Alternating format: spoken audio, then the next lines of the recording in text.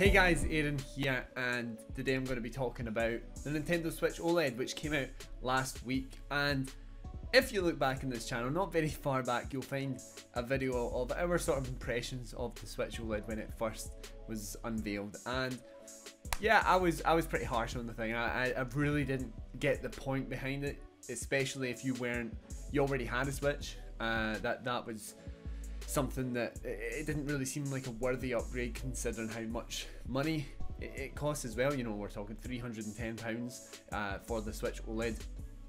And if you had, the way I saw it, if you had a Switch already, not much of a point. You'd probably be better waiting until the Switch 2, whenever that may be. And if you didn't have a Switch, yeah, that would be a good entry point if you were really looking for the best portable experience. So yeah, I ended up getting one, obviously, because I can't deal with basically FOMO. I hear people talking about it, saying how good it is.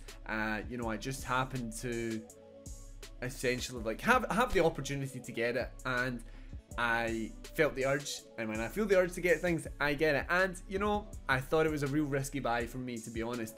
I actually do have the Switch Lite, which yeah, has been alright, because to me, when I think about the Switch, it's really the handheld experience, a better version of, you know, like a portable experience, because portable games have always been like a kind of lesser, I suppose, lesser quality in my eyes, as a guy that really loves to play AAA games. So I never really saw the appeal of a docked Switch, despite it being a really cool feature, admittedly. And I only really ever saw it as a portable gaming device. So that's why I ended up getting the Switch Lite after buying the original Switch, trading that in. And then I got this one, and I'm really glad to say that I was wrong. I was wrong about this, because this is a fantastic addition to the Switch family. Not only like obviously it is the best version of the Switch that you can get, which is obviously a great thing. But god damn, this screen, I'm going to try and turn it on briefly. You'll see I'll have some B-roll or something, but this screen, even just from looking at this here, it looks so much better. It's so, like, the colors pop, and having those smaller bezels, for me, oh, it makes, you know, compared to the Switch, there is a sizable difference in terms of, like, you know, the dimensions of it. But the original Switch apparently is just a little bit bigger than the previous Switch. But those bezels, the way that the screen manages to come all the way out to the edges, really does make a difference. It like when you're holding it, it just feels a lot better, because that was something actually when I got the original Switch, those bezels kind of irked me a little. It was something I didn't quite like. So this looks premium. Having the OLEDs just makes all the difference. I have only actually had this for a couple of days, but I just had to sit down to it because I've sort of made up my mind on it. I've been playing Tetris Effect, or it's Tetris Effect Connected. I've been playing Metroid Dread.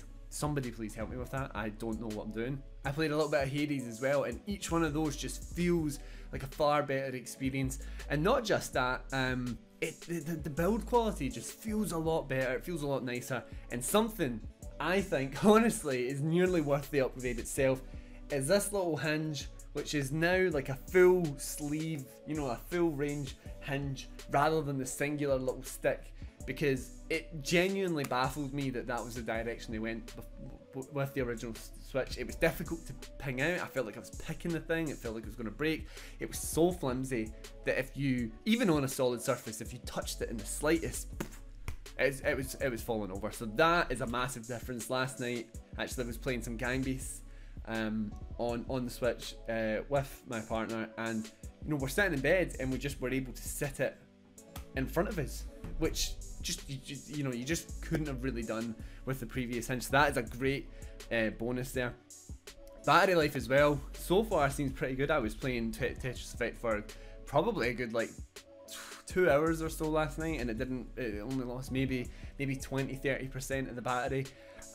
But yeah, I mean, I think because I'm a really impulsive buyer, so it still is quite a hard thing to recommend to someone that does maybe have the Switch, and it depends on it as well how much of an emphasis you have on yourself as a Nintendo gamer. Because for me, like the Nintendo family, you know, like there's a lot of games within Nintendo that I just don't vibe with, I don't click with, they're not really my thing. Like the Pokemon series is just something I've never touched. Mario, I could kind of take it or leave it. I'm trying to think of other Nintendo examples, but you know, you get the gist. If those aren't really your games, then maybe not. That is definitely the case with me in many ways.